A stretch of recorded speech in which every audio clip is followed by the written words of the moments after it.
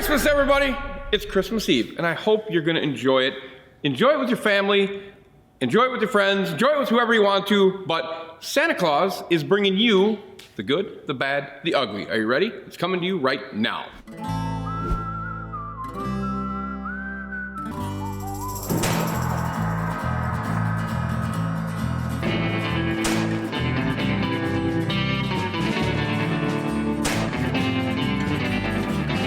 Here we go. Good, bad, ugly. We had a couple requests come in that caught my eye, and it was from who? Football man? Football what? What is it? Football Master 79. Football Master 79. You were the first one to say it that caught my eye, and of course you said champion. You want to do a champion video? I'm going to do it. I love champions, you know that. And then you forced me to do a good, bad, ugly on champion. But I'm going to do it anyway because I got it for you. You ready? All right. So here we go. Champion. Wow. Here they are. You see this one? It's right here. It's right here. I haven't done that in a while. I haven't been doing my little sound effects, but I'm bringing them back because it's Christmas Eve. You got to do it. Anyway, so we got champion. Good. The good on champion was I believe they were at least a decade in front of themselves every time they produced a boat. From the 80s, 90s, into 2000, their boats were always seemed to be ahead of the game when it comes to quality of carpeting, quality of finish. I mean, their finishes were unbelievable. Like wet glass, just beautiful all the time looking.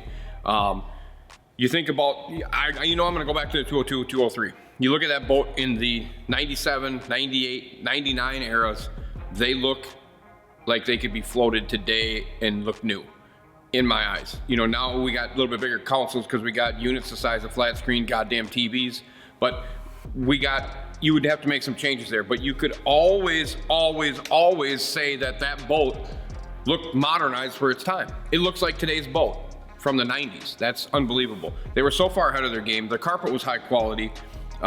They used good gauges. They used bezels. They were first to bezel. They were the first to put the nice bezels behind the gauges, to tilt them towards you, to do all that type of thing. That's stuff that was not, it just wasn't thought of back then. They were up to date when they went from the rope rub rail to the big rub rail. They were ahead of that game. Things just were quality back then. I mean, for the time that they were building boats, they were building them at a higher quality than anybody else. And that's why I became a champion guy. I could feel that. I worked on them. I saw it. I was part of it. I wasn't part of champion, but I could tell the difference between me sitting in a 98 champion versus a 98 anything else. There's a difference there. They felt different. Nothing against anybody else, but it was a great ride. It was high quality. It was semi-fast, I'm gonna say, but you could be competitive all the time. The nicest thing about them was you weren't gonna get your spine shoved up through the top of your damn head. Doing! Looked like you freaking got sat on a post and went up your. That's the good of it. The good of it was the quality. The good of it was the ride. The bad portion of it, transom. We all know it, transom.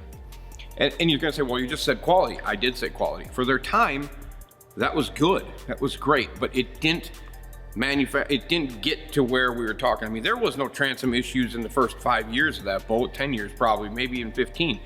It was when they started to age out. It was when people started to change motors, I think. We know the top cap where the stainless bracket or ceiling top piece goes was an issue. We know that. Some of it wasn't being taken care of in the later part of the end of the company. We're gonna get into that too. But the transom was the bad portion. They got kind of a bad name for that transom. You know, guys that have changed them, cut them, fixed them, composited them, even rewooded them, I think have gone long time with their hull. You know, not to the point of where the hull broke in half or did anything else like that.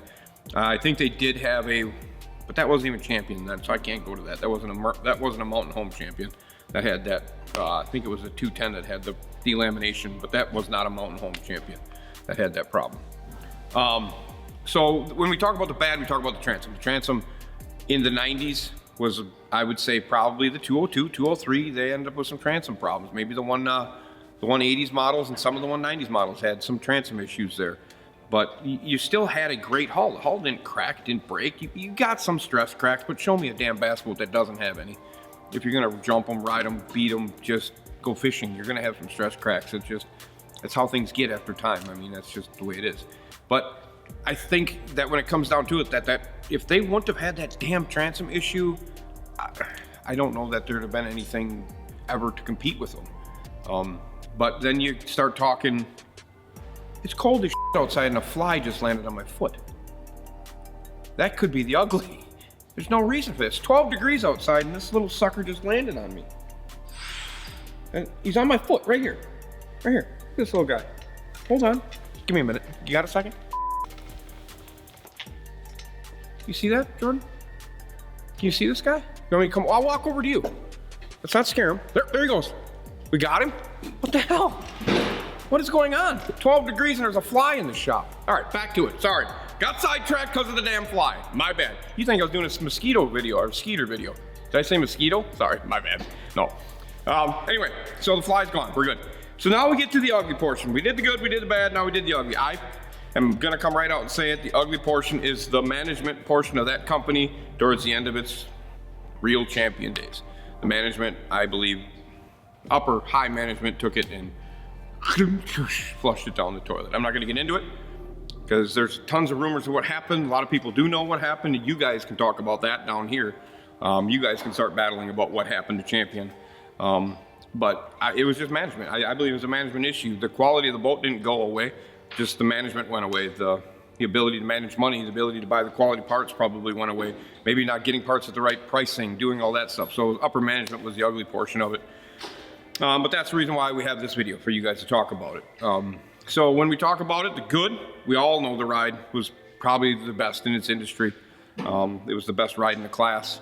You get the quality of carpeting. I mean, still to this day, you can take a 99 that's got original carpeting in it and take a power washer to it and take a carpet rake and it looks like brand new. It's crazy. It's crazy. The seating was next level. They were ahead when it came to seats. They were ahead when it came to looks. We know, I mean, they were ahead when it came to gel coat and clear coat and how just beautiful those boats looked. They were ahead of the game. So that was the good. The bad, the transoms. I'm not going to go into it no more. I mean, there's been thousands of transoms replaced on the boats, but they're getting replaced because the boat is still so quality. They're replacing them because the boat is what it is. It's not going to the bin. It's not going in to get shredded, burned, incinerated, whatever. And then the ugly, we're just going right to the upper management portion of that. I think you can probably say that them 90s boats had trailer issues too. I mean, I could go back to that if we're gonna really talk about it. You know, we got some trailer issues when it comes to that. But it wasn't like the framing broke on it. It was all springs and shackles and the stuff. I think, you know, they were starting, I just don't know why they would. I'm a trailer guy. I like trailers to be cool, right? I like them to look good on my bass boat. And that'd be one of the things I would definitely go down and make sure that if I ever built a bass boat, that it would have that kick-ass looking awesome trailer that you don't have to really worry about. Springs aren't gonna break, your torsion bars aren't gonna drop, or bolts aren't gonna fall out, lights aren't gonna work. You know, I mean, that type of stuff. But that's that 90s stuff. There wasn't as much quality then, I understand, but some of the stuff they were building didn't get done correctly, and that's with everybody, you know, but shit happens. So I think in the end, the good, the bad, and the ugly, I still would buy one. I'd buy one if it was sitting outside today and probably go get one. I wouldn't even look at the damn transom. I would just, you know, say I'd give you this much for it, and that's the way it should be. Because that boat's a quality boat. You can fix it and get it sold, and you're still gonna have money in your pocket. But, you know, my favorite is the 203 and the 202. Those are two favorites. Those are probably the boats that I would always push people towards if they're gonna buy a Champion. Unless they're not a 20-foot guy. Maybe they're an 18-foot guy, 19-foot guy. Hold on. Not what you're thinking it is. I'm fine. I just had to sneeze. Everything's good. Just relax, people. Relax, okay?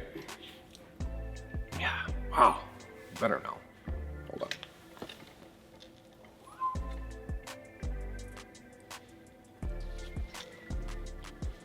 Perfect. Okay. Yeah. So there you go. Good, bad, ugly Champion.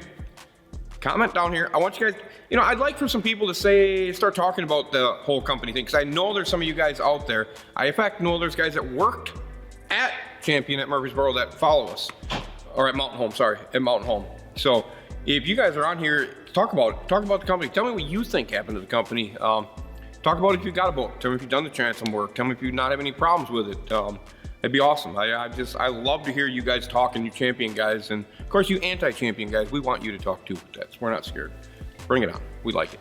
But Just talk about it. I love it. I love it when you guys get talking, because I sit at home at night and I just start reading you guys' comments about what you guys do and what this and that. And I like hearing from even texts. There's texts. We got a couple texts that just started following us. That there was one guy that commented on the Evinrude thing that was really cool. He was part of Evinrude and did some other stuff. It was really cool. It was just cool to read about. And I think all you guys should really start reading that. Just start reading the comments. And it's fun for me to read those comments and see guys from all across the country talking about this and that and how things go. I think it's just really cool. It's really cool to have you guys interact with how we're doing this, and it's building. It's building every day, and that's why we keep doing it. If I quit doing it, that means we're just not having fun no more. But I'm not having fun. I'm loving this. So, like always, I hope you have a great Christmas. I hope you get everything you wish for under the tree. I know some of you guys probably wanted a new boat. Probably won't get it, but hey, it's always next year. It's always next year. Keep asking. Maybe Mama will bring you a boat home. But make sure you give somebody a hug, maybe a noogie, and do whatever you want to do. Merry Christmas, everybody. I hope you have a great Christmas holiday. Stay safe, stay healthy, be with your family, be with your friends, and enjoy life, because that's what this guy's gonna do. So, as always, comment, subscribe, and click notification bell to witness the madness that I know Santa Claus is saying. Ho, ho, ho, ho, ho. Speed, money, no brakes. I'm out. See ya!